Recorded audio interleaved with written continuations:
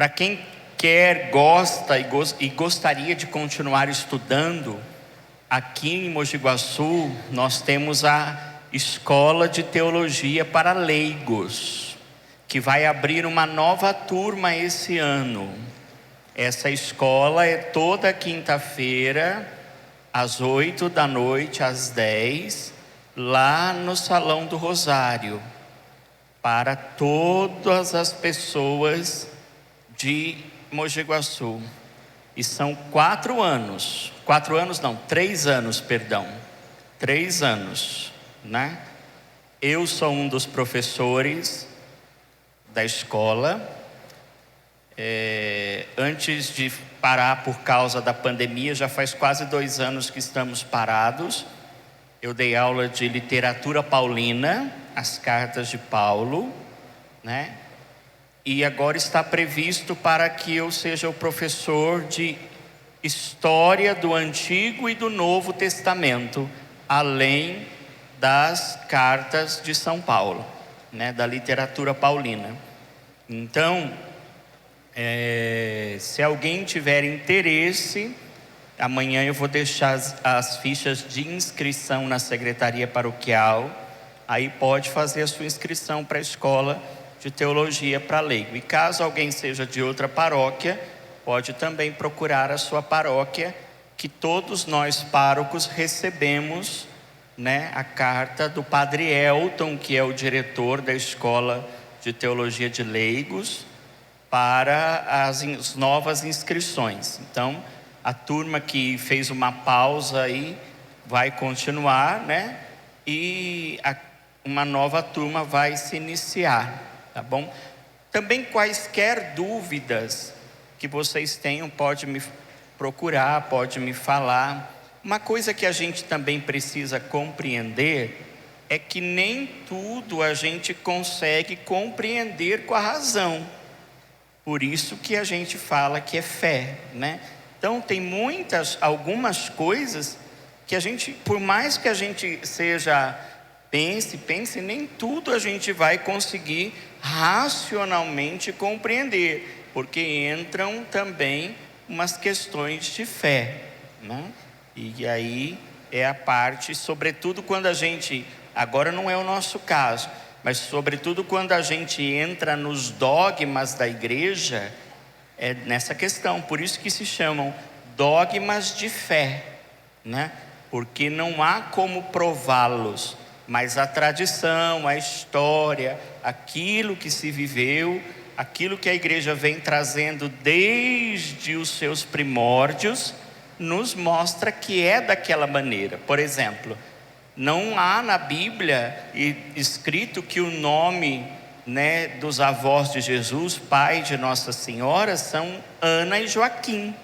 Isso vem dos apócrifos, daqueles evangelhos que não foram considerados inspirados, mas têm uma origem lá na tradição, desde os primórdios, né? Então, Ana e Joaquim, Santana e São Joaquim, não tem na Bíblia, mas desde os primeiros escritos cristãos aparece o nome dos pais da Virgem Maria, né?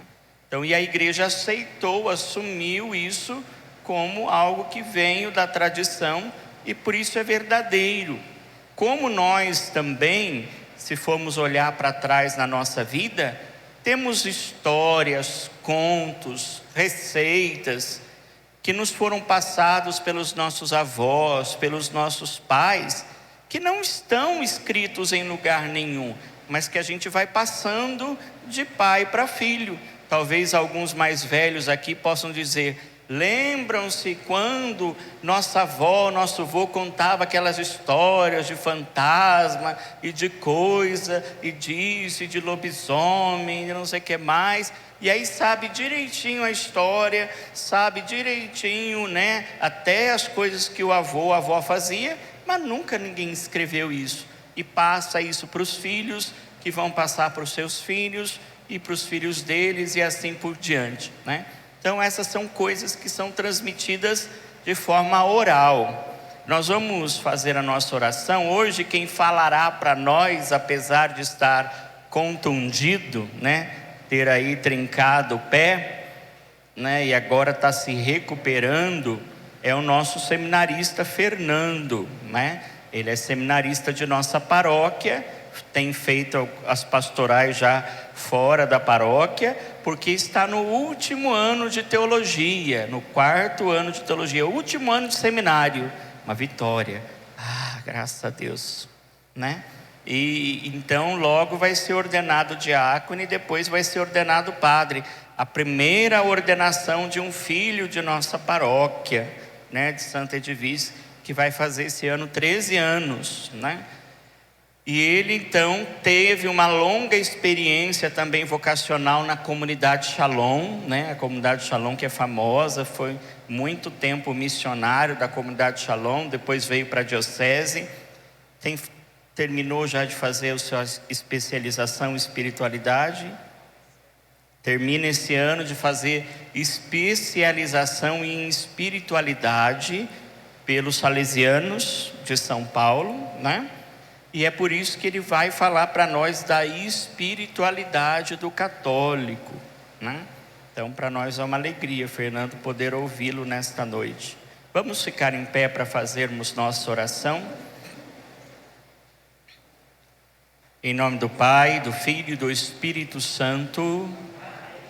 Senhor Deus Todo-Poderoso, nós queremos vos bendizer e agradecer neste dia pela nossa vida, pela vida do Fernando, de todos aqueles que aqui estão, e pedir, Senhor nosso Deus, que hoje nos ilumine e mais uma vez nos conduza nesta formação, a fim de que através deste momento tão especial, possamos cada vez mais crescer e aprofundarmos na nossa fé.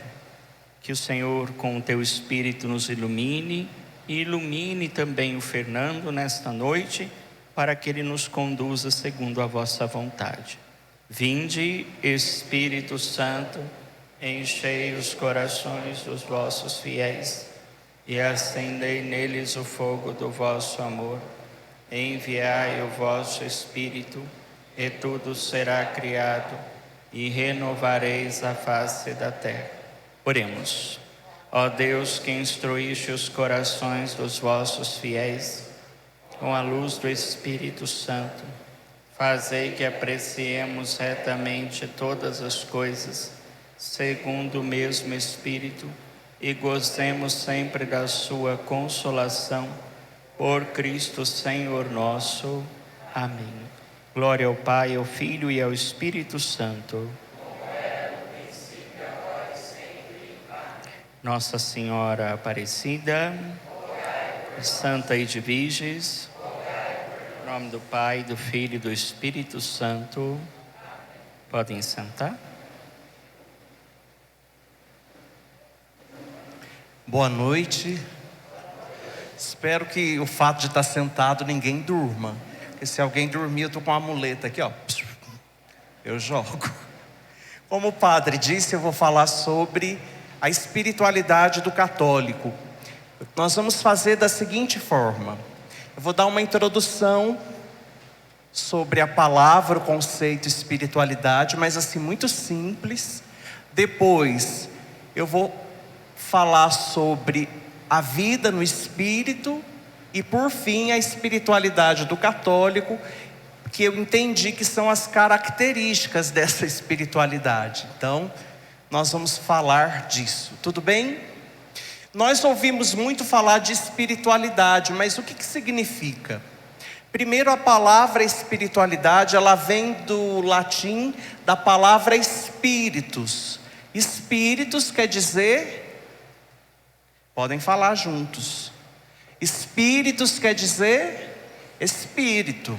Então espiritualidade, ela está profundamente ligada ao Espírito Santo. Falar de espiritualidade é falar de uma relação minha com Deus. E não é uma relação simplesmente que já bastaria, porque as relações humanas também são santas, mas é uma relação conduzida por esse Espírito. Então, Espiritualidade está ligada à palavra espíritos, espírito. Então, quando nós falarmos de espiritualidade, lembre logo do Espírito Santo. E o Espírito Santo nunca está sozinho. É onde está o Espírito, está o Pai e está o Filho. Nós poderíamos falar de espiritualidade desde o Antigo Testamento, mas nós não vamos fazer isso porque não é o objetivo. Vamos começar da idade primitiva, da idade antiga. Qual era a espiritualidade dos primeiros cristãos? Ela consistia em 3 coisas. Primeiro, a escuta da palavra. Eles se reuniam para ouvir a palavra, e isso era fonte de vida espiritual. Segundo, a igreja. Eles estavam unidos em torno da igreja e da comunidade. A igreja e a comunidade na idade primitiva era a fonte de espiritualidade. Essa ideia de espiritualidade pessoal, ela só vai surgir na idade moderna, quando vai começar as escolas de espiritualidade. Por exemplo, quem aqui já ouviu falar da espiritualidade franciscana? Faz assim para eu ver, eu gosto de movimento. Todo mundo, não? Espiritualidade carmelita, quem já ouviu falar? O que é a espiritualidade carmelita? Vem desde lá do Monte Carmelo, Santo Elias, depois passa pela Reforma com Santa Teresa. A espiritualidade franciscana nasce com São Francisco. A forma de São Francisco se relacionar com Deus gera uma espiritualidade. E assim por diante, a espiritualidade salesiana de São Francisco de Sales, a espiritualidade de Dom Bosco, e aí geralmente quase todos os fundadores, eles deixam uma espiritualidade. A partir da idade moderna, a espiritualidade começa a ser um conceito individual, da minha relação com Deus. Mas antes não, antes na idade antiga era uma espiritualidade comunitária, uma espiritualidade embasada na vida da igreja. São Paulo vai nos dizer muito concretamente sobre a espiritualidade. Quem trouxe a Bíblia aí? Vamos abrir em Romanos 8, do versículo 12 ao 17. Romanos 8, 12 a 17.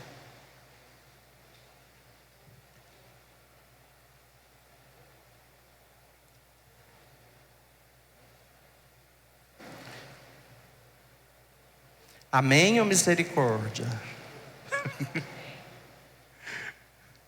Vamos lá, Romanos está depois de Gênesis. E está antes do Apocalipse, já ajuda aí, ó que dica. Vamos lá, Romanos 8.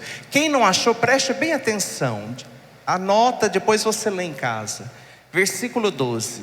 Portanto, irmãos, não estamos em dívida com a carne, como se devêssemos viver segundo a carne. Se viverdes segundo a carne, morrereis.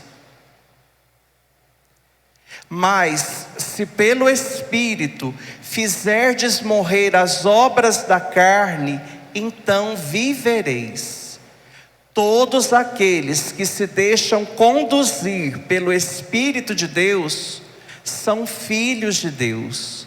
De fato, vós não recebestes um espírito de escravo para recairdes no medo, mas recebestes um espírito de adoção filial, no qual clamamos: Abá, Pai. O próprio Espírito se une ao nosso espírito, atestando que somos filhos de Deus. Ora, se somos filhos de Deus, somos também herdeiros, herdeiros de Deus e co-herdeiros de Cristo.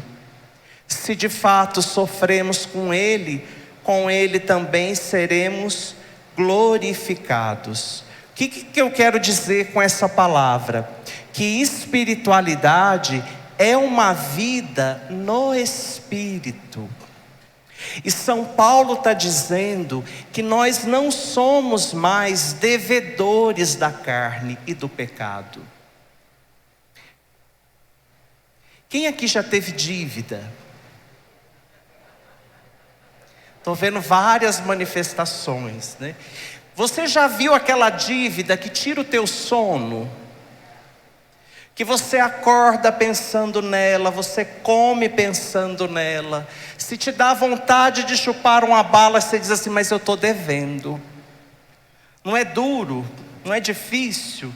São Paulo começa a dizer assim, vocês não são mais devedores da carne, para viver escravo dela. Vocês não têm mais dívida. E a carne aqui quer dizer o homem velho, o homem no pecado. Porque quem vive na carne morre. Mas agora, por causa de Cristo, vocês podem viver e devem viver uma vida no Espírito. Porque a dívida foi paga por Cristo. Se a espiritualidade é uma vida no Espírito, como eu posso saber se eu sou uma pessoa espiritual? Como é seu nome? Tira a máscara. Roberta é uma pessoa super espiritual. Ela comunga, ela levita 5 centímetros do chão. Vocês perceberam isso? Ela é super espiritual. Ela nunca fez curso de línguas, mas ela consegue entender todas. Ela é super espiritual, ela conhece a Bíblia de cabo a rabo. Ela vive com o terço na mão rezando, ela reza ofício, ela reza terço. Ela é muito espiritual. Ela não perde uma missa. Ela se confessa quantas vezes?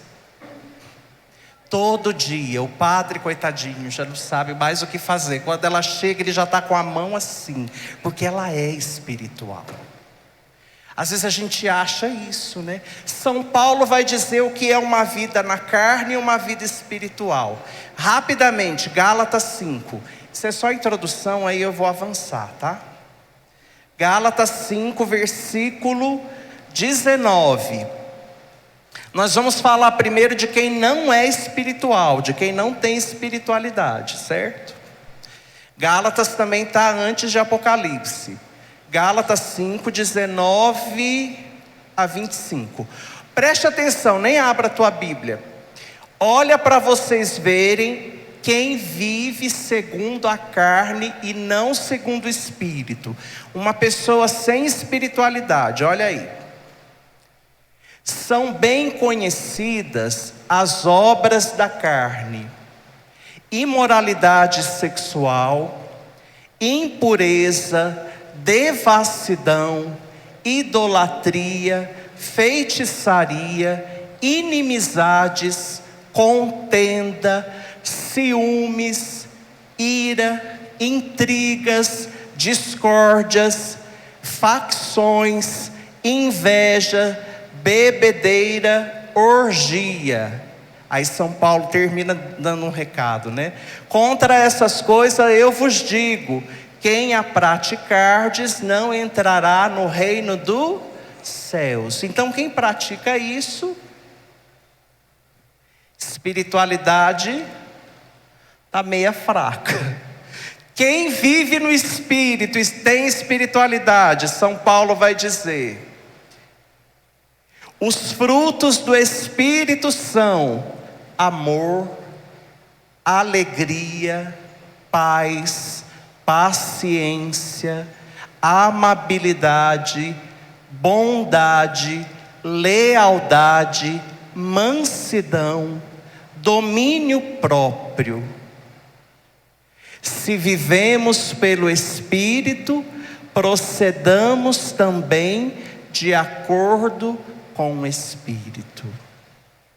Então a pessoa espiritual não é a que levita 10 centímetros do chão.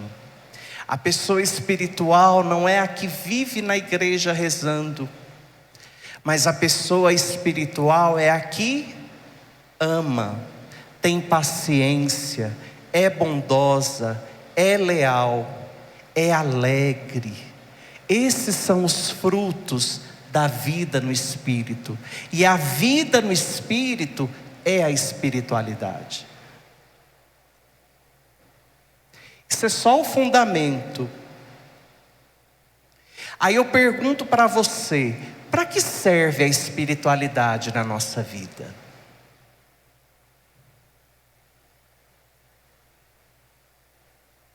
Para sermos santos.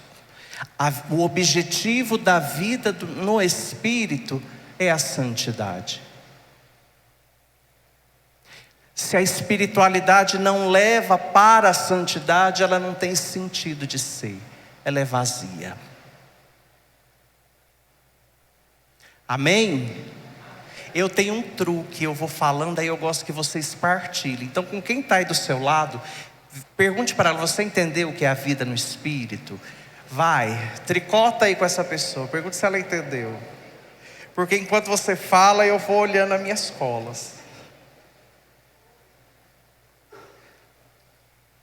Já falaram? Que coisa rápida.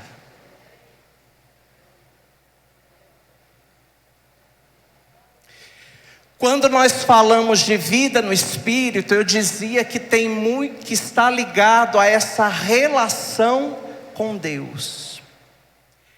Nós fomos criados com um desejo de Deus. Nós trazemos dentro de nós esse desejo inato por Deus. É muito bonito, São João da Cruz, ele vai dizer assim, que nós nascemos feridos de amor. Feridos.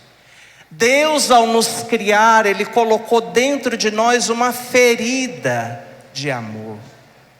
E aí Ele vai dizer assim, doença de amor só se cura com a presença e a figura. Vamos trazer o santo para a realidade. Quem aqui é casado? Eu casada. Quem aqui namora? Tem alguém aqui? Quem aqui já se apaixonou? Porque tem os solteiros também, né? Quem aqui já ficou doente de amor? Vocês já viram como é a doença de amor? Nada cura. Você acorda pensando nela, você dorme pensando nela, você come pensando nela. A Neia está rindo lá porque ela é ferida de amor. E o que é que cura essa dor do amor? A presença e a figura da pessoa. Você só está bem quando a pessoa está junto. Não é assim? Por isso quando a pessoa chega a gente treme, a gente sua, a gente fica doido. Mas é a cura dessa ferida, a presença e a figura. Nós somos feridos de amor. Nós trazemos no íntimo de nós um desejo por Deus. E só Deus pode curar essa ferida.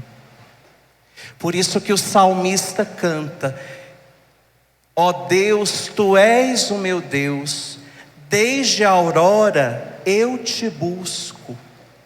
Minha alma tem sede de Ti. Tem sede de Ti. Como a terra seca suspira pela água, minha carne, ó Deus, Te deseja. Quando a gente está com sede, o que é que resolve a nossa sede? Água. A sede que nós trazemos em nós é uma sede por Deus. E todos os homens da face da terra trazem essa sede. O próprio Deus colocou isso em nós. E essa sede é a forma com que Deus nos atrai a Ele. Deus nos chama constantemente para Ele. Ao longo da nossa vida, Deus vai nos atraindo, Deus vai nos atraindo. Nós podemos não ouvir, e muitas vezes não ouvimos, como vai dizer Santo Agostinho no livro das Confissões, a surdez. Ele vai dizer: eu era surdo, tu chamavas e eu não te ouvia.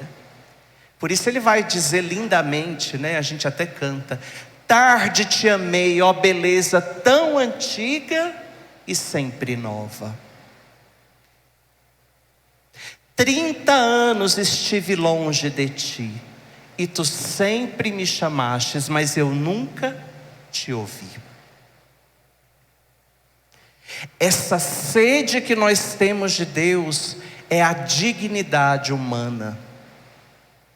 É isso que nos torna dignos. Porque nós fomos feitos para Deus. A dignidade não está na sua conta bancária. Que alívio, né? Tem pessoas que sabem quando a conta bancária do outro é grande, estende tapete vermelho. Pobre besta. Como se a conta bancária do outro fosse lhe ajudar em alguma coisa. A tua dignidade não está na beleza.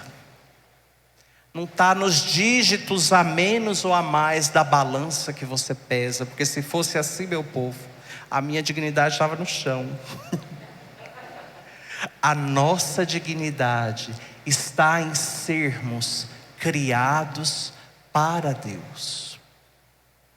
Para Deus. Para Deus. Santo Agostinho vai dizer assim: eis que estavas dentro e eu fora, e fora te buscava, e fora me lançava nas coisas que não existem, se tu não as segurasses. Quantas pessoas nós conhecemos hoje que buscam a Deus em outras coisas, que buscam a Deus fora, que buscam a Deus no prazer, no poder, no possuir, que buscam a Deus na carne humana. Ah, se você não for a pessoa da minha vida, não tem o sentido de existir. Que pobreza. Que pobreza. Eu me lembro de uma história que era de um rapaz que foi criado dentro da igreja. Eu nem ia dizer isso, mas eu me lembrei e vou contar. Desde criancinha ali dentro da igreja, era coroinha assim como Gabriel, depois virou acólito. Mas depois ele prestou vestibular, foi fazer faculdade. E lá na faculdade ele estudou psicologia, estudou psicanálise. Aí ele conheceu Freud, conheceu a questão que Freud vai dizer que tudo é sexualidade, que a gente busca em Deus uma forma de sublimar a sexualidade, essas coisas todas que a gente sabe. E aí esse menino, muitos anos depois, voltou lá na paróquia.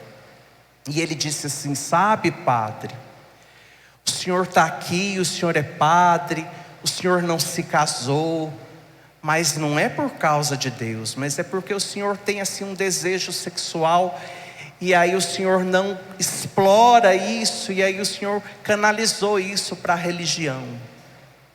Eu estudei isso com Freud. E aí o padre foi ouvindo. Aí no final o padre disse assim: sobre Freud eu nada sei, da psicanálise muito menos, mas eu sei de uma coisa: todas as vezes que você bate na porta de um prostíbulo, atrás de uma mulher, é a Deus que você procura.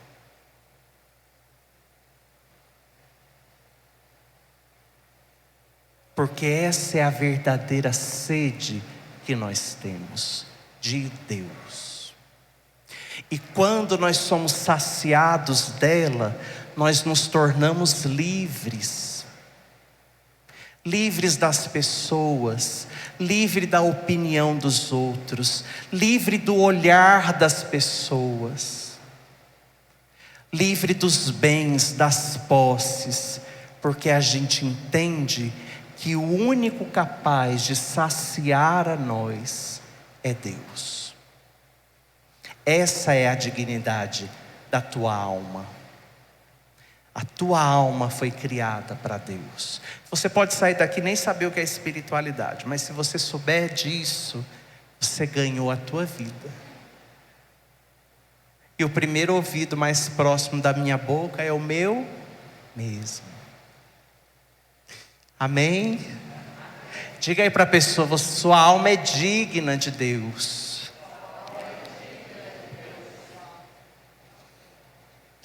Quando nós voltamos o nosso ser para Deus, nós descobrimos a verdade da nossa vida.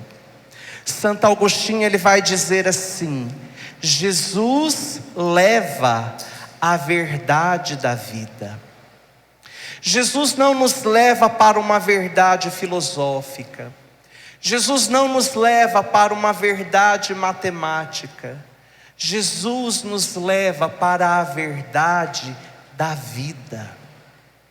Nele, mergulhados nele, nós descobrimos a verdade da vida e da nossa vida. Nele nós descobrimos o sentido da nossa existência, que é o que as pessoas mais carecem hoje, é de sentido. Por que eu vivo? Para que vale a minha vida? Será que a vida só resume em trabalhar, sofrer e pagar boletos? Será que a vida só se resume em problemas, em sofrimentos, em rápidos momentos de alegria e depois volta ao tédio? Qual é o sentido, a verdade da nossa vida? Em Deus nós descobrimos essa verdade. Em Deus. Fora dele nós continuamos na mentira. Até agora, diga aí para a pessoa que o que mais tocou ela, diga assim: olha, para mim o que mais me tocou foi isso. Eu vou ficar olhando para ver se vocês vão falar mesmo. Vou tomar água.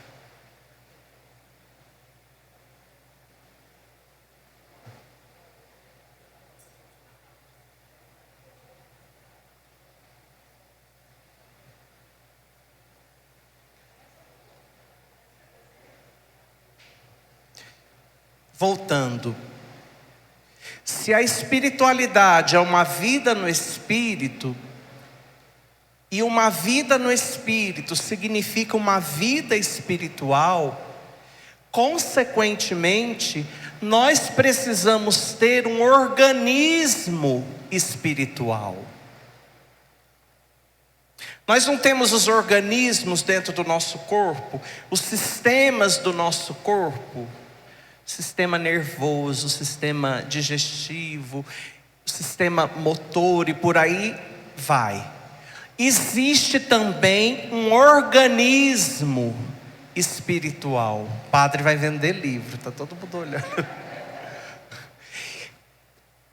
Você e eu, quando nascemos com essa ferida de amor, mas em um momento da nossa vida, Deus nos deu um organismo espiritual. Qual foi o momento?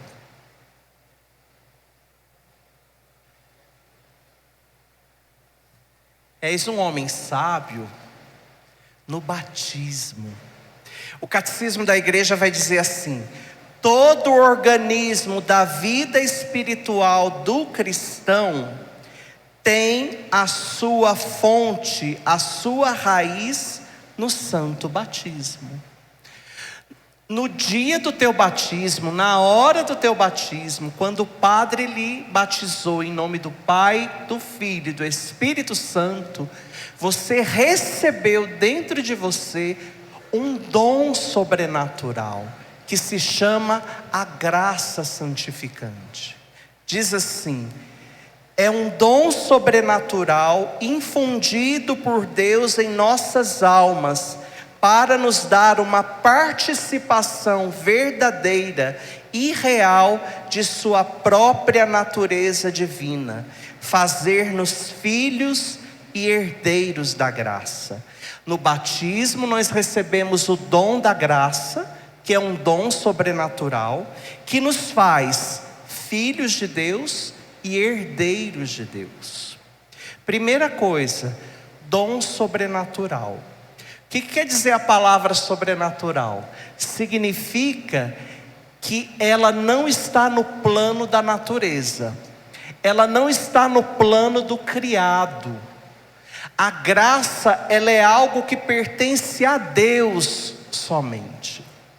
São Gregório vai dizer assim, que o homem, e o homem aqui é o homem e a mulher, hoje o povo força tanta gente falar homem e mulher, né?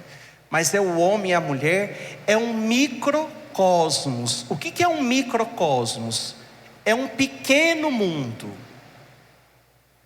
Quando nós pensamos no mundo, e aí São Gregório vai dizer, as coisas criadas. Vou dizer até como ele fala aqui, para a gente não se perder. No mundo natural, existem os minérios. Os minérios, o ouro, a prata, o ferro, existe, não existe? São reais. Mas eles não vivem. Não são coisas vivas.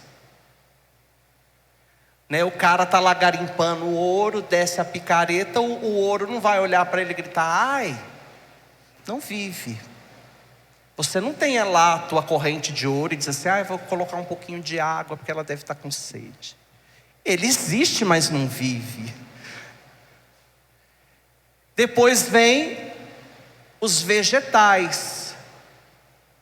Vivem.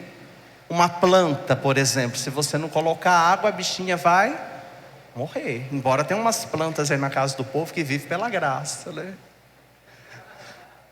Aí você cuida como? Ai, como Deus quer. Quando Deus quer chuva, ela recebe.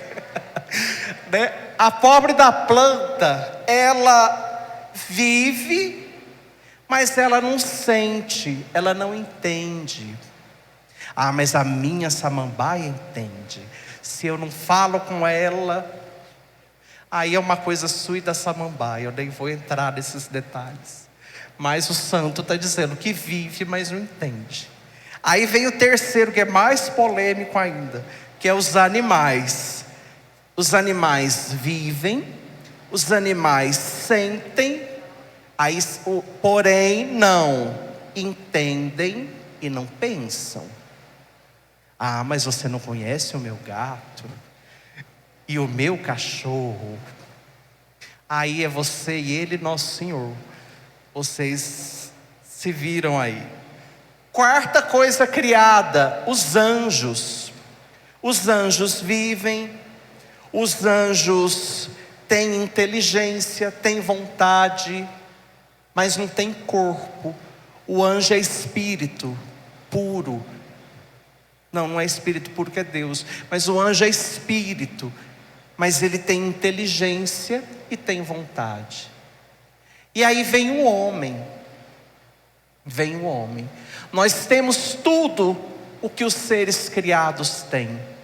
Nós existimos como os minerais, nós temos, nós sentimos, nós vivemos como os vegetais, sentimos como os animais e temos inteligência e vontade como os anjos.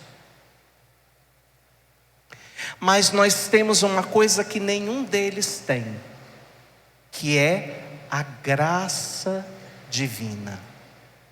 Nem os anjos têm essa graça. A que nós recebemos no batismo, que nos torna filhos de Deus, que gera em nós esse organismo espiritual, somente os homens têm essa graça. E essa graça, ela é dada por Deus. Ela é um dom de Deus, ela não é um dom humano. E por que ela nos faz verdadeiros filhos de Deus?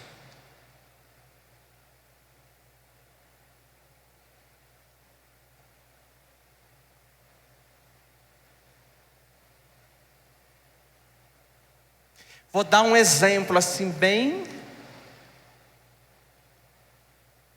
Quem é que tem filho? Filha? Tá bem.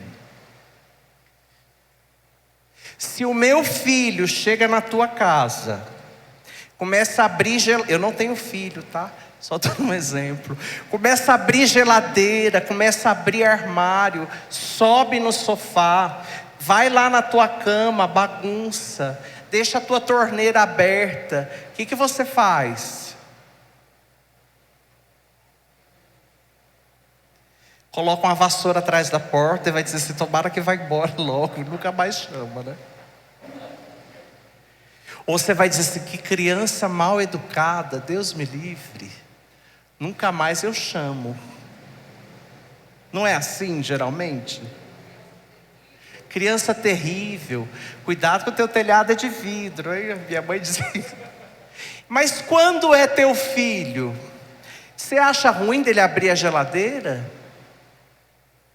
Você acha ruim dele pegar alguma coisa lá para comer? Você vai espancar ele se ele subir na tua cama? Entenda, o meu filho na tua casa não tem intimidade, nem precisa ter, porque não é a casa dele. Mas o teu filho na tua casa tem a intimidade. Nós nos tornamos filhos de Deus. E o filho comunga da natureza do pai e da mãe. Nós comungamos da natureza de Deus.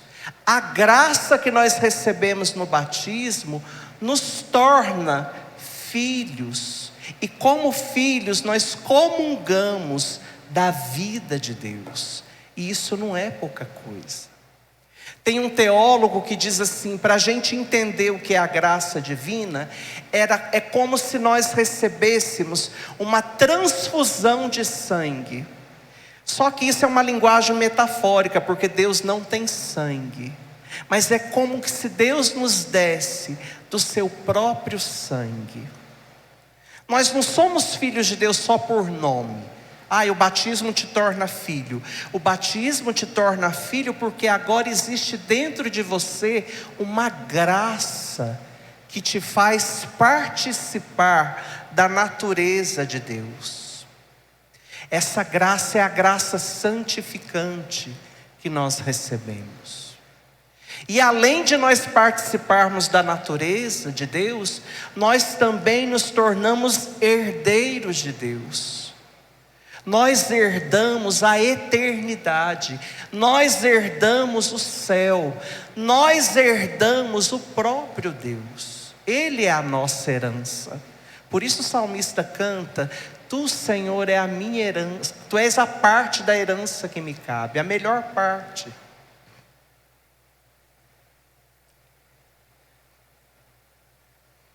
E aí tem uma coisa muito bela que diz assim: a graça, essa graça que nós recebemos, e a eternidade é a mesma coisa. A graça e o céu é a mesma coisa.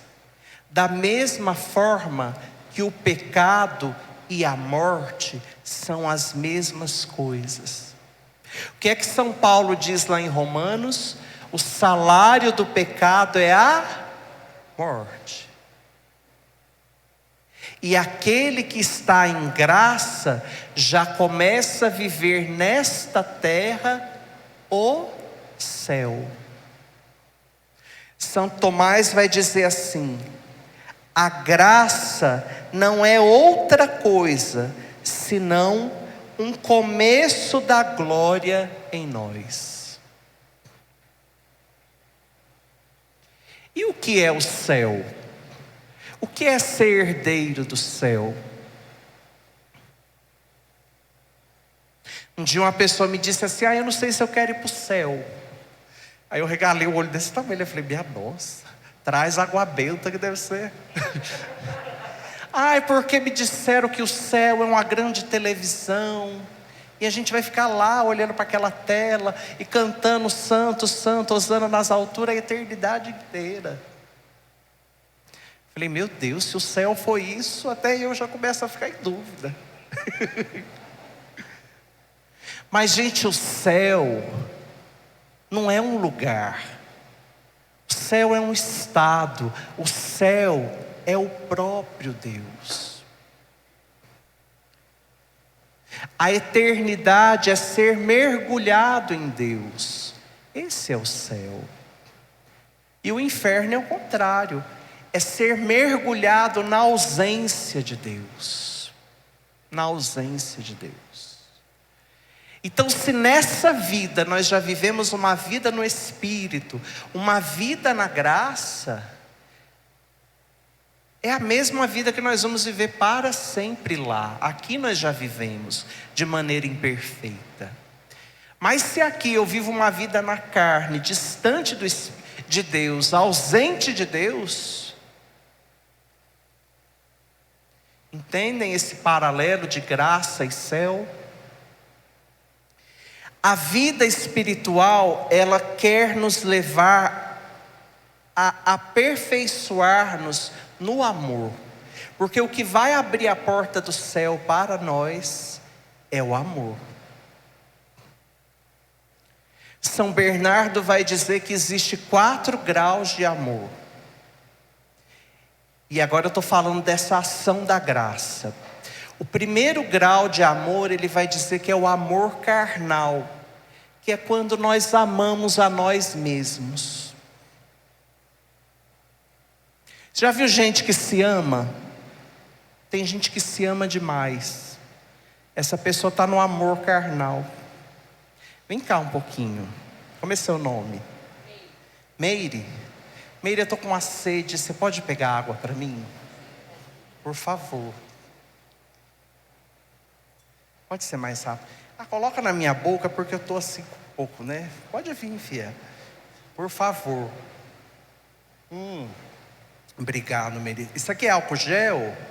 Não está vencido, não? Coloca um pouquinho na minha mão, por favor. Você é tão boa, Meire. Bendito seja Deus, viu? Isso, olha, não precisa nem explicar. Ela já sabe como é. Nossa, você é um dom de Deus, viu? Ai, que bênção, Meire. Meire, você não tem 10 mil reais para me dar? Mulher, você não vale nada, né? Some da minha vida. Esse é o amor carnal. Eu só penso em mim. Conhece gente assim? É muito difícil, pelo amor de Deus. O dia que você não puder servir ela, você não presta mais. Agora tomara que não esteja aqui gente assim, né? Esse é o primeiro grau do amor. Aqui o espírito, coitadinho, está amarrado e preso. Está nem agindo ali na pessoa. O segundo grau que a graça vai nos levando, ele vai chamar de amor mercenário. É o amor a Deus, mas com interesse. Que dia é aquela missa poderosa lá na Santa Edviges? Vocês sabem? Dia 16, né? E aquela santa paga a dívida mesmo do povo. Estou com uns boletos lá em casa que está me tirando sono. Então eu vou para essa missa. Gente, será que se eu for a pé para Aparecida, o Senhor vai me dar a graça de ganhar como é que chama aquele negócio do final do ano? A mega da virada. Nossa, se o Senhor me der essa graça, eu construo essa igreja. Vou fazer um hospital aqui na frente. Ganha, meu filho, some no mesmo dia, a gente nunca mais soube. Cadê tal pessoa? Morreu. É o amor ao Deus quebra-galho. Eu amo na medida em que Deus vai quebrando os meus galhos. Esse é o amor mercenário. Mas a graça vai agindo, a vida no Espírito vai agindo. O terceiro grau é o amor filial. Eu amo a Deus porque Deus é Deus. Eu acho bonito, Santa Teresinha vai dizer assim um dia.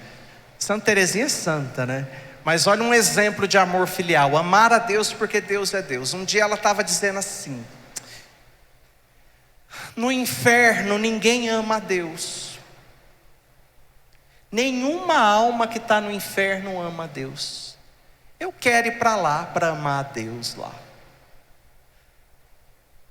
Já imaginou um grau desse? Ou é amor ou é loucura, né? Mas é o amor filial. Se Deus dá, se Deus tira, como vai dizer lá em Jó, bendito seja o Senhor.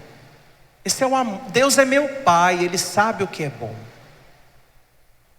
Esse nível de amor já é altíssimo. Mas existe ainda um quarto nível, que o santo vai dizer que é o amor esponsal. É o amor dos esposos. A alma esposa e Deus. Aonde dois se tornam um. O amor que é a união das vontades. Não tem mais a vontade do Fernando e a vontade de Jesus. Só tem uma. É o amor dos esposos. Quando você olha para o seu marido, ele olha para você, não é amor esponsal? O que ele quer, você quer. Mais ou menos, né? Tem hora que você tem que mas com Deus não é assim. Os místicos vão dizer que é o matrimônio espiritual. É a união completa da alma e Deus. Isso é as bases então da espiritualidade. Beleza? O senhor quer falar alguma coisa?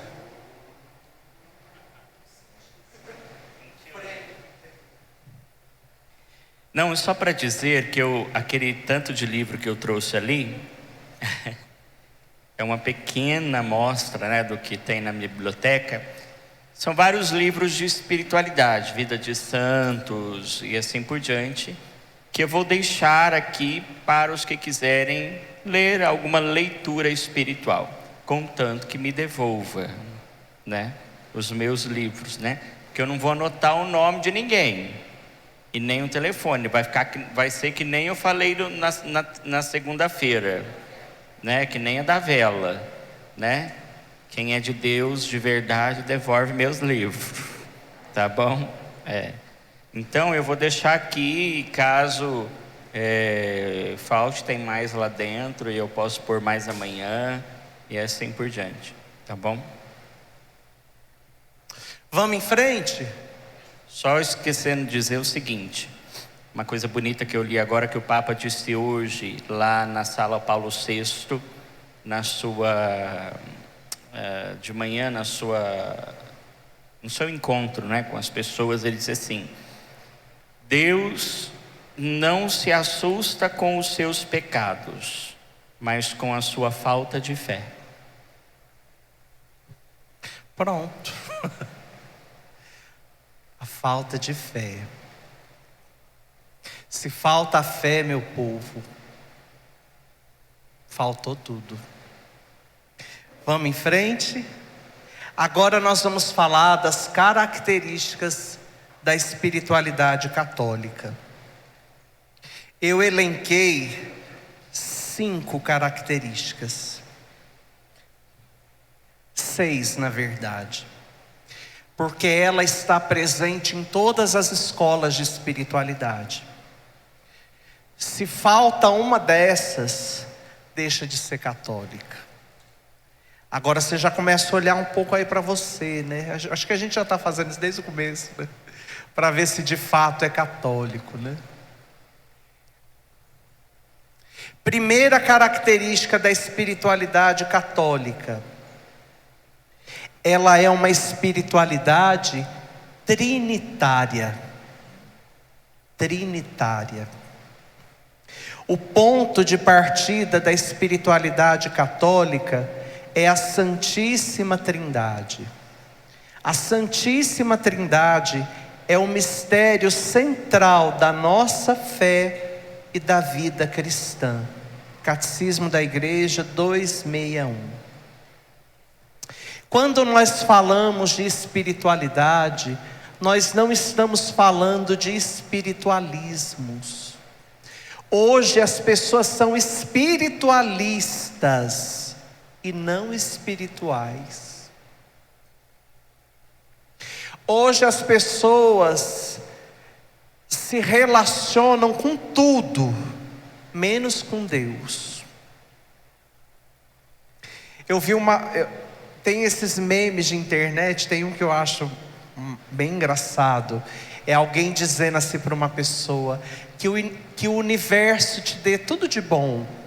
Aí tem a cara de uma menininha bem feia assim, escrito assim, a cara do universo. Quer dizer, o universo não está nem sabendo aquilo, né? Mas hoje as pessoas se relacionam com o universo, né? Eu fraturei o meu tornozelo indo embora aqui da missa. Fui tirar a máscara da cara e meti o pé num buraco e aí uma pessoa me disse assim: meu Deus, o universo está bravo com você. É o universo. Isso é espiritualismo, né?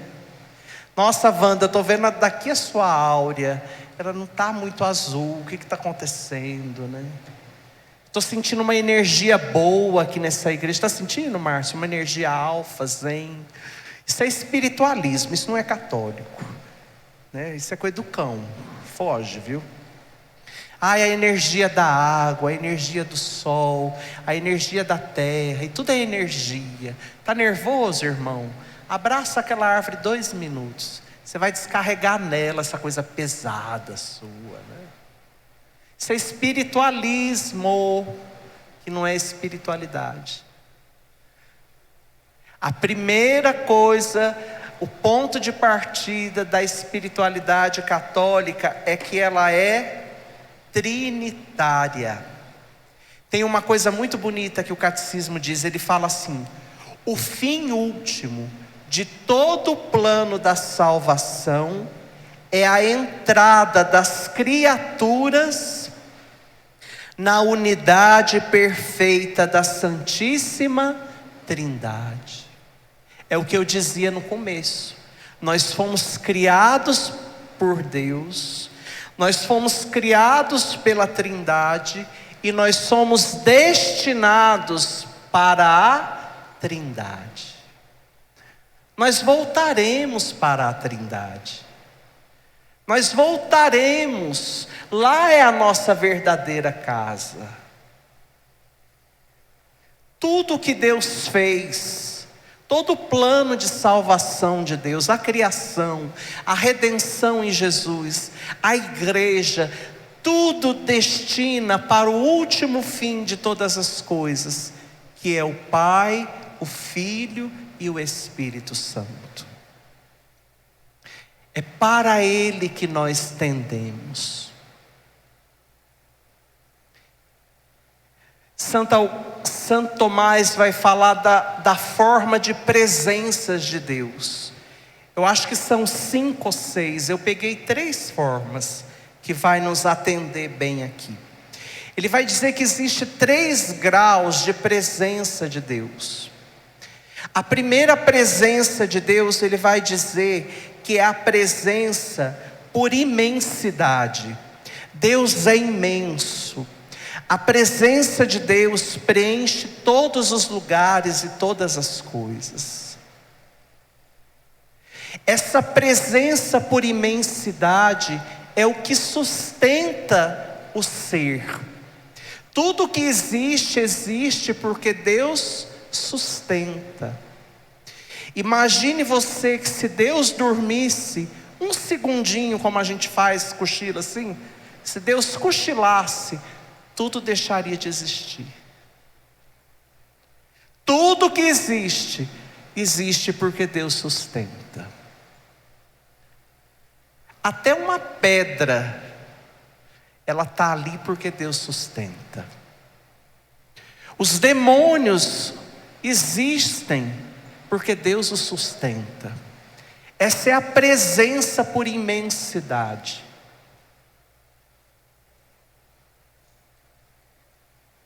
A segunda presença de Deus é uma presença mais profunda. Deus está presente em todos os seres que têm vontade e inteligência. Quem aqui tem vontade e inteligência? Os homens e os anjos. E existe uma terceira presença de Deus, que é a mais profunda, que é a presença de Deus que nós recebemos no santo batismo, a inabitação divina. Pelo batismo, Deus começa a morar dentro de nós. Nós somos templos vivos de Deus. O Pai, o Filho, o Espírito habita dentro de nós. Nós carregamos Deus.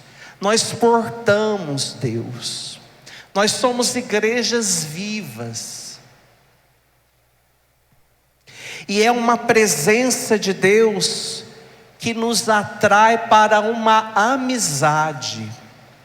Deus, olha que bonito, Deus mora em nós, Deus nos habita e quer ser amigos nossos. Tem até uma música, mas vem de algum santo que vai dizer assim, que o Espírito é o doce hóspede da alma. E aonde está o Espírito, está o Filho e está o Pai. A Trindade faz da nossa alma o próprio céu. Tem uma santa que foi canonizada recentemente, que chama Santa Elizabeth da Trindade. Ela era uma carmelita, por isso que o nome religioso dela é Elizabeth da Trindade. Ela fez essa experiência da inabitação de Deus na alma dela. Olha o que ela diz: ó meu Deus, Trindade Santa que adoro, ajudai-me a esquecer-me inteiramente, para firmar-me em vós, imóvel e pacífica, como se minha alma já estivesse na eternidade. Pacificai a minha alma, fazei dela o vosso céu, vossa amada morada, o lugar do vosso repouso. Meu Deus, meu meu tudo, Deus que mora em nós. Tem uma música antiga que diz assim: que alegria, meus irmãos, céu na terra encontrei. O céu é Deus e na minha alma Ele está. É essa experiência que Santo Agostinho faz. Ele descobre Deus que vive dentro dele. Meu Deus, eu te busquei tantas vezes fora e tu estavas dentro de mim. Qual é a tua relação com a Trindade? Hoje, quando nós iniciamos a oração aqui, qual é o primeiro sinal que o padre fez? Quando nós iniciamos as nossas ações litúrgicas, a Santa Missa, qual é a primeira coisa que a gente faz? Em nome do Pai. Tudo que vai ser feito vai ser em nome da Trindade. Tudo que você faz na sua vida, você coloca a Trindade na frente? Nas suas escolhas, no seu dia a dia. Quando você acorda de manhã, você já invoca a Trindade? Ela está aí, ó, dentro de você. Essa é a primeira pedra de toque da espiritualidade católica. Essa relação amorosa com esse Deus que me habita. Esse Deus que é Pai, que é Filho e que é Espírito Santo. Tudo que fazermos, façamos em nome da Trindade. Consagremos a Trindade todas as coisas. Isso é espiritualidade trinitária. Vai comer, vai se alimentar em nome do Pai, do Filho e do Espírito Santo. Vai fazer um trabalho difícil em nome do Pai, do Filho e Trindade Santa, me ajuda. Vai falar com uma pessoa, aquela pessoa é difícil, Trindade Santa, que habita em mim, mas que também habita aquele irmão ali. Conheci uma pessoa que dizia assim: nosso Senhor mora em cada um. Porque tem gente que é difícil de ver a Trindade nele, né? mas está ali. Não é aquela besteira que tem, não. Eu te saúdo, Deus que está em ti, você saúda o Deus. Não é nada disso. Isso aí, sei lá quem inventou esse Deus aí. Não é o nosso. Não é o nosso. Então, qual é a primeira característica da espiritualidade católica?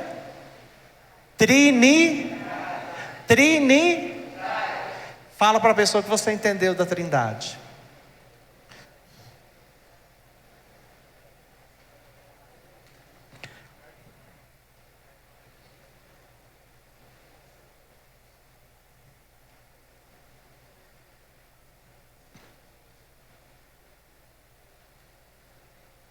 Segunda característica, a espiritualidade católica, ela é uma espiritualidade eucarística.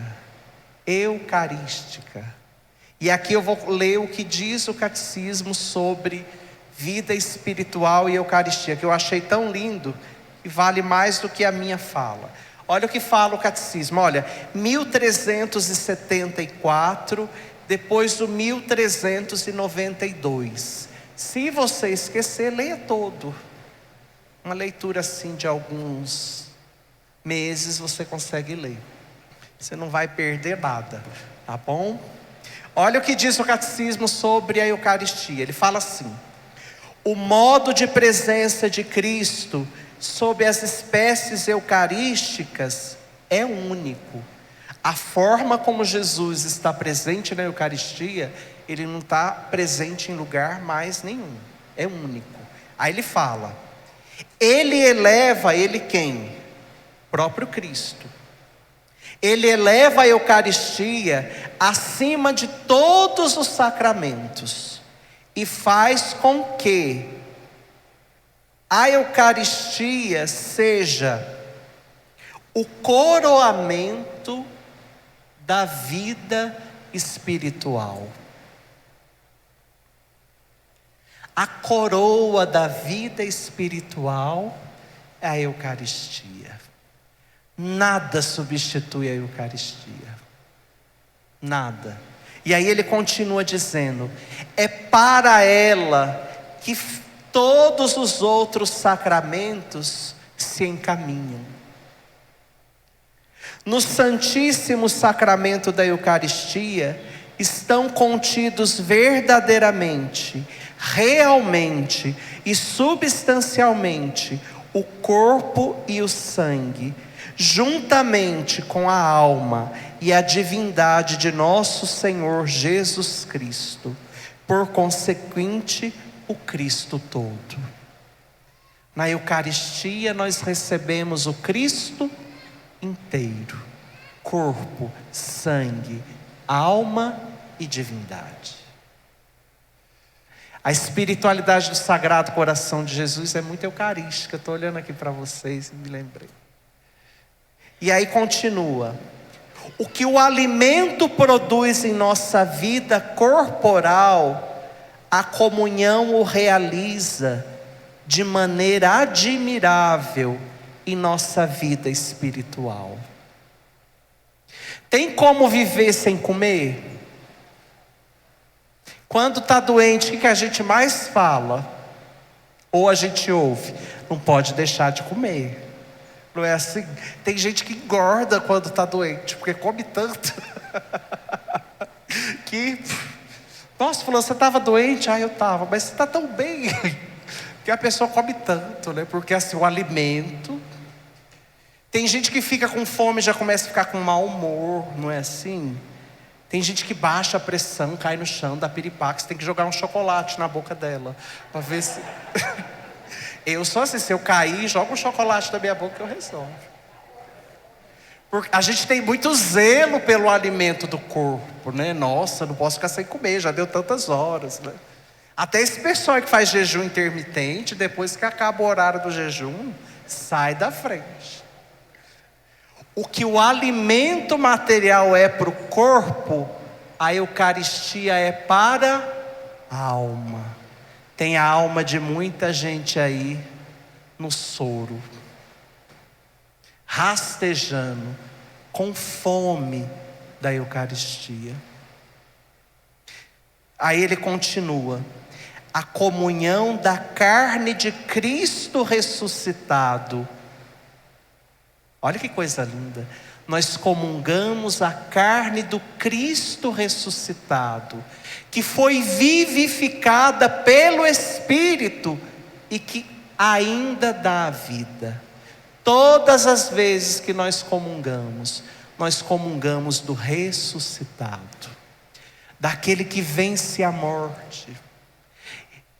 Você comunga a vida eterna. Aí vem a fé, né? Se falta fé, é só um pedaço de pão. Se falta fé, é só mais uma Eucaristia. Se falta fé, eu saio da fila mascando como se fosse um chiclete. Se falta fé, eu posso comungar a vida inteira e não produzir nenhum efeito na minha vida, nenhuma conversão. E aí ele continua dizendo assim: a Eucaristia conserva, aumenta e renova a vida da graça recebida no batismo. Conserva, aumenta e renova a vida espiritual. Dá para ser espiritual sem Eucaristia? Não. Como é que nós podemos viver a espiritualidade eucarística? Tem muitas formas. Tem muitas formas. E eu não estou aqui para dar receita. Mas eu acho que uma cabe a todos nós, que é a participação inteira na Santa Missa. Às vezes as pessoas estão preocupadas com coisas tão... eu não vou lá porque lá levanta braço. Missa não é lugar de levantar braço. Eu não vou lá porque bate palma. Missa não é lugar de bater palma, é o Calvário. Aí você pergunta para a pessoa assim: qual foi o evangelho mesmo, hein? Eu não sei.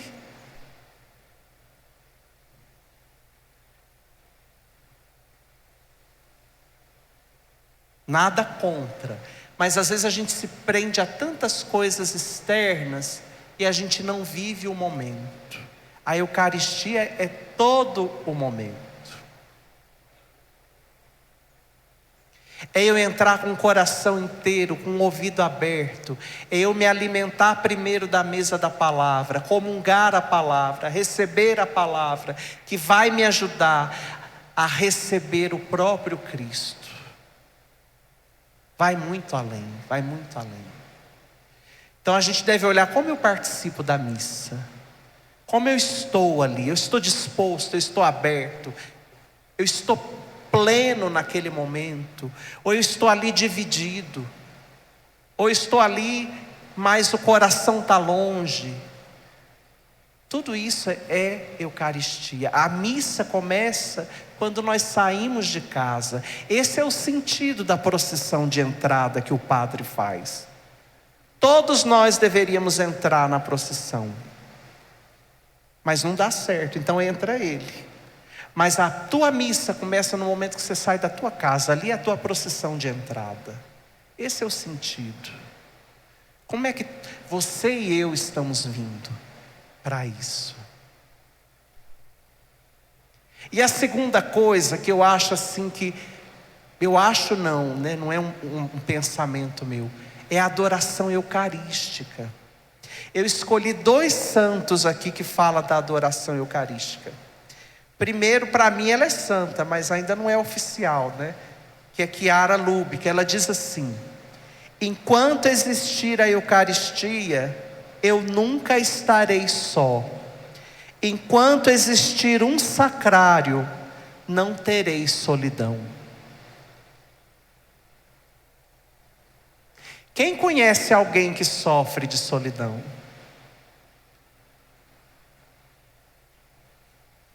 Ó, onde está a cura da solidão ali, ó. Olha lá, vira o pescocinho ali, ó. Está ali. Está se sentindo só? O sacrário está ali. Está se sentindo triste, deprimido, abatido, com vontade de desanimar? Está ali a tua resposta. Eu gosto muito de uma comparação. O sacrário é como o sol. Estar diante de Jesus Eucarístico é como estar diante do sol. O sol, ele queima. Você não precisa ficar gritando para ele assim: sol, bronzeia aqui. Ó, aqui não. Ô sol, deixa uma marca aqui. Você faz isso? Se você fizer isso, com certeza vão te prender e levar lá para aquela cidade aqui próxima de nós. Diante do sol você recebe. Jesus é o sol. Se coloque ali. Não precisa dizer nada. Para encerrar, Dom Bosco diz assim: olha só o que Dom Bosco fala. Quereis que o Senhor vos dê muitas graças? Quem aqui quer muitas graças de Deus? Levanta a mão. Quem levantar a mão, Deus vai dar. Olha o que o santo fala: quereis que o Senhor vos dê muitas graças? Visitai-o muitas vezes. Quereis que ele vos dê poucas graças? Visitai-o raramente. Quereis que o demônio vos assalte? Visitai raramente a Jesus sacramentado. Quereis que o demônio fuja de vós? Visitai a Jesus muitas vezes. Quereis vencer o demônio? Refugiai-vos sempre aos pés de Jesus. Quereis ser vencidos? Deixai de visitar Jesus. Meus caros, a visita ao Santíssimo Sacramento é muito necessária para vencer o demônio. Portanto, ide frequentemente visitar Jesus, e o demônio não terá vitória contra vós. Não preciso falar mais nada, né? Então a espiritualidade católica, ela é trinitária e eucarística. E eucarística nós podemos ficar com a Santa Missa e a adoração a Jesus. Amém? Diga aí para a pessoa se ela está sendo uma pessoa eucarística. Pergunte para ela. Você está sendo, a sua espiritualidade é eucarística, está fraca, está boa?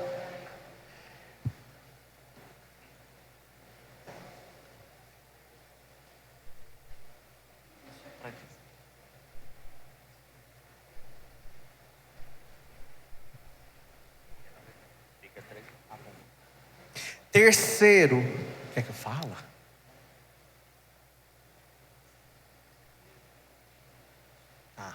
Já estou acabando, viu, gente? Nós não vamos até às 10, não. Não sei, eu vou tentar não ir. É porque eu achei que eu tinha às 10, eu só vi ontem. Terceira característica da espiritualidade. A espiritualidade, ela é bíblica. Bíblica, palavra de Deus. A palavra de Deus, ela é a fonte da oração cristã. Não há uma espiritualidade verdadeiramente católica se ela não tiver contato com a palavra de Deus. Em especial, um amor aos evangelhos. Aos evangelhos. Tem gente que diz assim: eu não gosto de ler a Bíblia porque eu não entendo. Já viram isso? Gente, a Bíblia, nós podemos nos aproximar dela com a mesma atitude de muitos santos. Sabe qual era? Amor. Amor. Não se aproxime da Bíblia para fazer estudo teológico, exegético. Isso aí deixa para quem tem essa vocação e essa missão. Mas ela foi te dada para nutrir a tua vida espiritual. Se aproxime dos evangelhos. dos salmos. Leia, reze. Eu escolhi 2 santos para falar da Bíblia. Primeiro foi Santa Teresa, né? Santa Teresa era apaixonada pelos evangelhos. E ela vai dizer que as leituras do evangelho gera em nós uma aceitação da nossa condição humana. Porque nos evangelhos nós encontramos com a humanidade de Cristo, com o Verbo encarnado. Na leitura dos evangelhos nós encontramos um Jesus que se alegra, que sofre, que é perseguido, que é fiel ao Pai. Um Jesus que é criança, que obedece, que se submete. Um Jesus que cura, que socorre, que liberta. Um Jesus que ensina, que fala do Pai. E nós começamos a nos identificar com a humanidade de Cristo. É pelos santos evangelhos. Pela leitura dos salmos nós aprendemos a rezar com o homem da Bíblia. Há salmos belíssimos. Eu não sei rezar. Pegue um salmo, comece a rezar. Faça da palavra de Deus a tua oração. O segredo de Santa Teresa e dos santos é que eles aproximavam da palavra com amor. O amor, ele traz dentro dele uma ciência e uma sabedoria. É belíssimo quando a gente vai lendo a vida de Santa Teresa de Jesus, Santa Teresinha. Ela vai tendo cada deduções do evangelho, coisas tão profundas. E ela nunca estudou teologia. Mas a sabedoria que existia nela é a sabedoria do amor. Ela diz assim: parece-me que a palavra de Jesus é Ele mesmo. A palavra e Jesus é a mesma coisa para ela. Aí ela diz assim: já que Jesus voltou para o céu, só posso segui-lo pelos traços que ele deixou. É sobretudo o evangelho que me entretém durante as minhas orações. Nele encontro tudo o que é necessário para a minha pobre alma. Ela ainda vai dizer que o evangelho, a palavra de Deus, ela orienta a vida e ela dá impulso à vida espiritual. Só para fechar isso, ela tinha um desejo imenso de entrar para o Carmelo. Conseguiu entrar com 15 anos. Depois que ela se consagrou de 9 anos dentro do Carmelo, não, menos. Depois da primeira consagração, ela entra numa crise profunda, porque ela estava no Carmelo, mas ela também queria ser missionária, ela queria ser padre, ela queria ser apóstola, ela queria dar a vida em outra terra de missão. Aquela noite escura, e ela começa a ler a palavra de Deus, e ela encontra em 1 Coríntios 11, quando São Paulo diz assim: aspirai aos carismas superiores. Eu vou indicar o carisma maior de todos. E aí é quando ela chega em Coríntios 13, que o maior dom de todos é a caridade. E aí ela vai dizer: encontrei minha vocação. Minha vocação é ser o amor no coração da igreja. Aonde ela descobriu? Na leitura bíblica. Como exegeta, como estudiosa, não. O amor. E há milhares de santos assim. Como está a tua Bíblia? Ainda com o preço dela?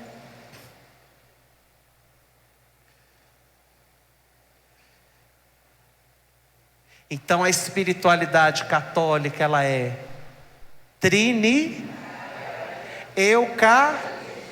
e ela é bíblica. Quarta característica: a espiritualidade católica, ela é mariana. O mistério de Nossa Senhora, ele está no coração da experiência cristã. Não há uma verdadeira espiritualidade católica sem a presença de Nossa Senhora. Santa Teresa vai dizer que Nossa Senhora, ela é mãe e mestra da vida espiritual. Mãe e mestra. Qual foi o evangelho do último domingo? Quem se lembra? Tananana. Hã? Caná, ainda me lembro o dia em que... Conhece essa? Caná, as bodas de Caná. E o que acontece nas bodas de Caná? Está Nossa Senhora e Nosso Senhor lá num casamento, não é isso? E acontece o que lá?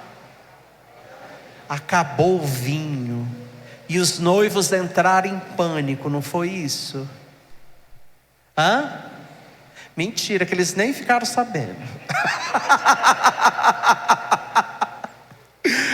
E os noivos entraram em pânico. Olha para você ver como é bom ter Nossa Senhora na vida da gente. Acabou o vinho, os noivos estavam lá dançando, porque judeu adora dançar, e aquela festa toda, e eles nem ficaram sabendo que o vinho tinha acabado. Quem viu?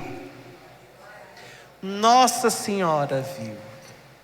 Nossa Senhora, ela vê as nossas necessidades antes que nós a percebamos, porque ela é mãe. Você que é mãe, não vê a necessidade do teu filho antes dele? Como não ter uma mãe dessa na nossa vida espiritual? Como? E a maior espiritualidade mariana que nós podemos ter na nossa vida é imitarmos as virtudes de Nossa Senhora. É querermos ser como ela.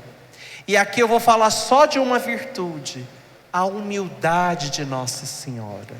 Não há vida espiritual sem humildade. A humildade, ela é o alicerce da vida espiritual. Uma vida espiritual sem essa virtude da humildade, ela não é autêntica. Santa Teresa vai dizer: a humildade é a verdade. É humilde quem vive na verdade. Por isso que Nossa Senhora canta: Ele olhou para a minha pobreza e fez em mim maravilhas. Ela é pobre, ela é pequena, mas nela Deus fez grandes coisas. É a verdade, é a humildade. Não existe vida espiritual sem Nossa Senhora. Primeira característica: trinitária, eucarística. Quarta, quinta, toda a espiritualidade católica, ela é uma espiritualidade eclesial. Eclesial. Padre, eu sei que o senhor é padre, está aí bocejando, me desculpa, mas eu vou continuar. Sei que o senhor é padre, mas eu não vou na sua igreja. Tenho minha fé, viu, respeito, mas eu fico aqui na minha casinha falando com Deus. Não gosto de igreja. É muita gente, é muito bafafá, é muito cri-cri-cri. Já ouviu gente assim? Hoje tem um movimento que está crescendo muito, que é o movimento do sem igreja. Tinha os sem terra, os sem casa, agora tem os sem igreja, viu?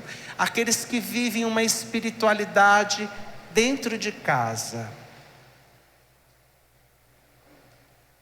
Não vou na igreja, não gosto.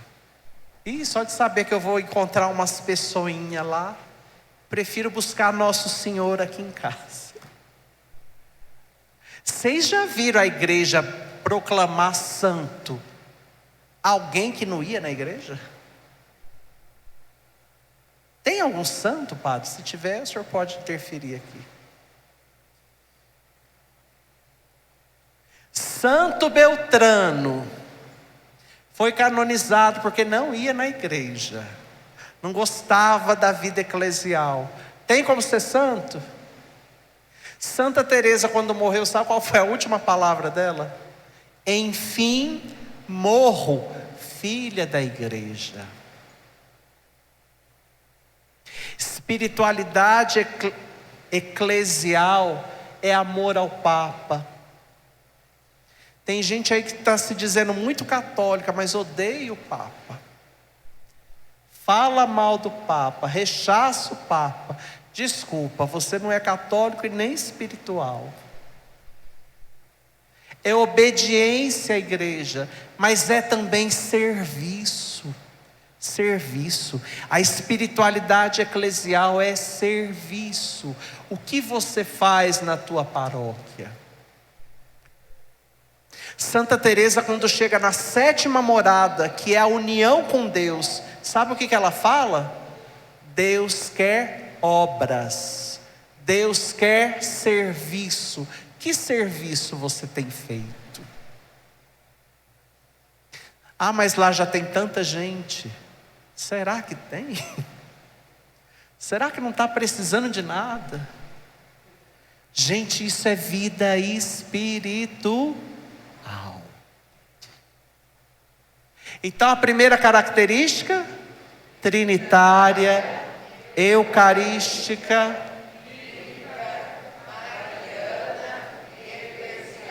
e termino com a última. A espiritualidade católica, ela é uma espiritualidade da caridade.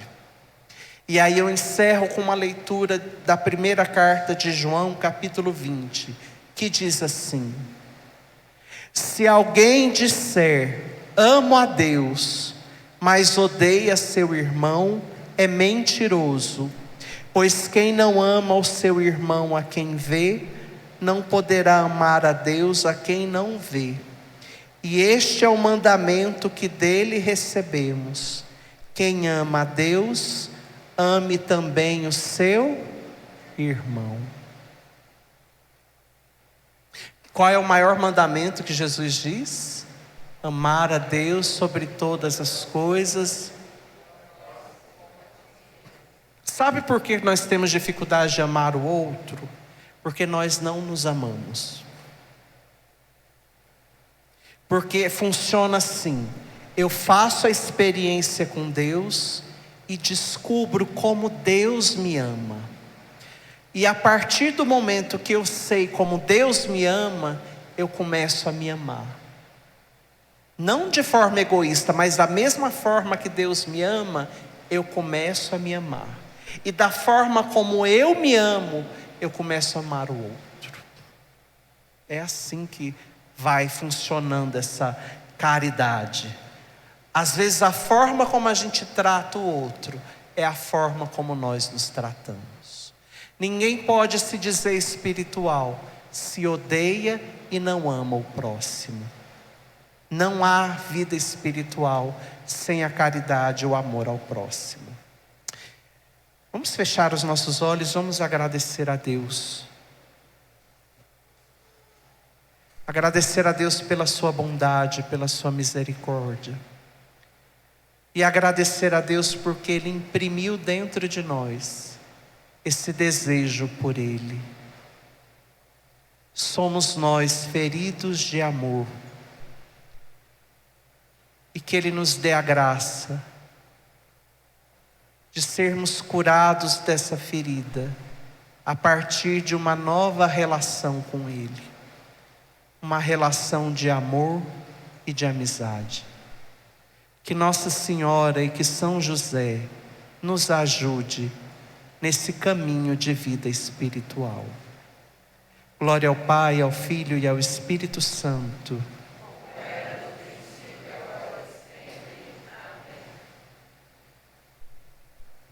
Muito bem, foi bom? Eu falei que ele entende de espiritualidade, é a área dele. Assim como a minha área é música, essa é a área dele. Meus amados, eu só vou comentar um negocinho antes que eu havia me lembrado ontem, né, na colocação do Davi, e acabei esquecendo de falar. E depois, se também tiver alguma pergunta, alguma questão. Ontem o Davi falou que os espíritas fazem muita obra de caridade com o intuito de se purificar para ir cada vez mais se elevando e não ficar reencarnando, né? Então, a grande diferença da obra de caridade espírita para a obra de caridade de um católico é que o espírita faz a obra de caridade para o outro, mas em benefício próprio. E nós somos chamados a realizar a caridade por amor, sem esperar nada em troca.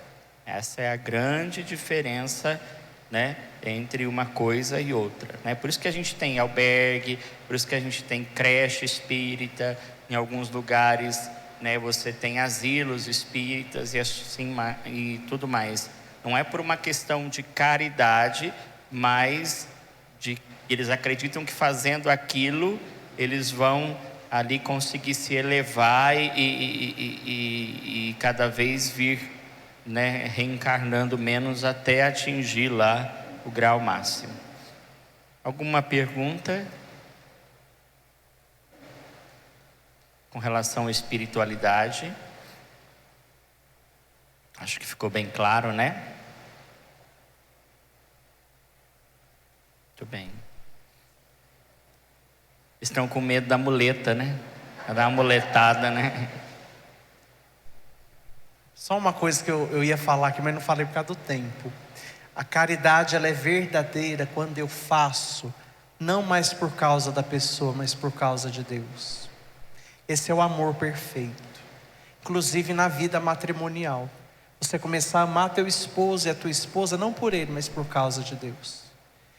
Tem gente que fala assim, eu só estou com fulano por causa de Deus. Bendito seja, você chegou na maturidade do amor. Tá vendo? Bom, depois nós vamos colocar os livros aqui em cima desta mesa, para aqueles que desejarem dar uma olhadinha neles. Alguns menorzinhos, outros 365 dias, né? Mas estão ali.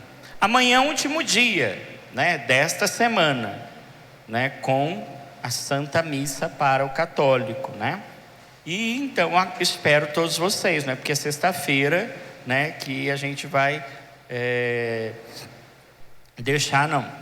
nós estamos colocando as gravações no YouTube, né, na playlist, e com certeza nós vamos programar mais uma semana, né? Geralmente sempre janeiro e junho, né? Mas quem sabe a gente faz uma outra formação nesse entremeio. E também amanhã eu trago aí certinho aqueles que desejarem se interessarem pelo curso de Teologia de Leigos, né? Também as informações certas. Vamos ficar em pé? Oi, perdão. Fernando, esqueci de agradecê-lo e de entregar uma lembrança, né? É tanto de casa que eu já estou esquecendo. Receba com carinho de nossa paróquia uma pequena lembrança, sinal da nossa gratidão, né, por este dia e por estar presente na nossa vida. Uma salva de palmas.